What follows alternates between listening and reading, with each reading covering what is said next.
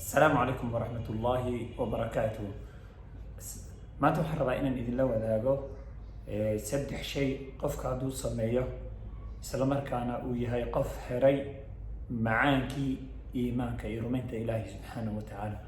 haddaba ma jeceshahay inaad hesho macaanka iimaanka ama macaanka rumaynta ilaahay subxaanahu wa tacaala, ama rumayntaad ilaahay rumaysay inaad ku macaansato? haddii aad jeceshahay rumayntaad ilaahay subxaanahu wa tacaala rumaysay inaad ku macaansato, saddexdan arrimood samee. saddexdan arrimood ha lagaa helo. kow, nabiga sala allahu calayhi wasalam wuxuu yihi halaathun man kunna fiihi wajada xalaawata aliimaan. saddex qofka laga helo wuxuu helay iimaanka iyo rumayntuu ilaahay rumeeyey, wuxuu ku macaansado iyo wax u macaaneeyey ayuu helay. saddexda arrimood waxay tahay an yakuuna allahu warasuuluhu axaba ilayhim mima siwaahuma. ilaahay iyo rasuul inaad wax walba ka jeclaato. haddii aad alle iyo rasuulka aad wax walba ka jeceshahay, qof rumaynta ilaahay subxaanahu wa tacaala uu rumeeyey macaansanaya ayaa tahay. laba, wa an yuxiba almaru laa yuxibuhu ila lilah. qofka hadduu qof jeclaanayo inuu ku jeclado alle dartii. inaad qof haddaad jeclaanayso aada u jeclaato ilaahay dartii, adoonan qurux iyo xoole iyo dabeecad iyo habdhaqan uu leeyahay aadan ku jeclaanin, laakiin waxaad ku jeclaanaysaa ilaahay subxaanahu wa tacaala. haddaad qofka ilaahay subxaanahu wa tacaala dartii aad u jeclaato, adigana waxaad heshay iimaanka macaankiisa ayaad heshay.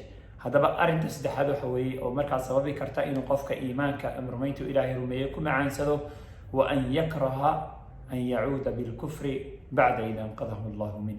qofka inuu naco inuu gaalnimo u noqdo sida uu u nacayo in dab lagu tuuro. nabiga sal allahu alay waslm wuxuu yihi wa an yakraha an yacuuda fi lkufri. qofka inuu naco in markaa gaalnimo markaa lagu celiyo oo markaa lacag la siisto oo islaamnimadii laga fogeeyo, inuu u naco weliba si ka daran sida uu u nacayo in isaga dab lagu tuuro. adiga ka war naftaada in dab lagu tuuro ma jeceshaha? lacag walba haddii lagugu siiyo xitaa ma ogolaanaysa oo maya?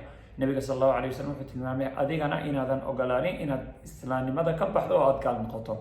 waxaad sidoo kale loo baahan yahay walaalayaal inaad markaa u nacdo markaa gaalnimada sida aada naftaada dabka in loogu tuuro ama dabka lagu rido aada u nacayso. baaraka allahu fiikum. saddexdaa shay haddii qalbigeena laga helo, kuwa rumaynta ilaahay rumaysteen ku raaxaysanaya noqonayna. baaraka allahu fiikum. waa inaan ilaahay iyo rasuul cid walba ka jeclaana, waa inaan qofkaan jeclaanayna ilaahay dartii u jeclaana. qodobka saddexaadna wuxuu yahay inaan gaalnimo u nacno oo aan u nacno sida aan u nacayno in nafteena markaa dab lagu tuuro ama dab la geliyo. baaraka allahu fiikum. jazakum allahu khayra. wassalaamu calaykum waraxmat ullaahi wabarakaatu.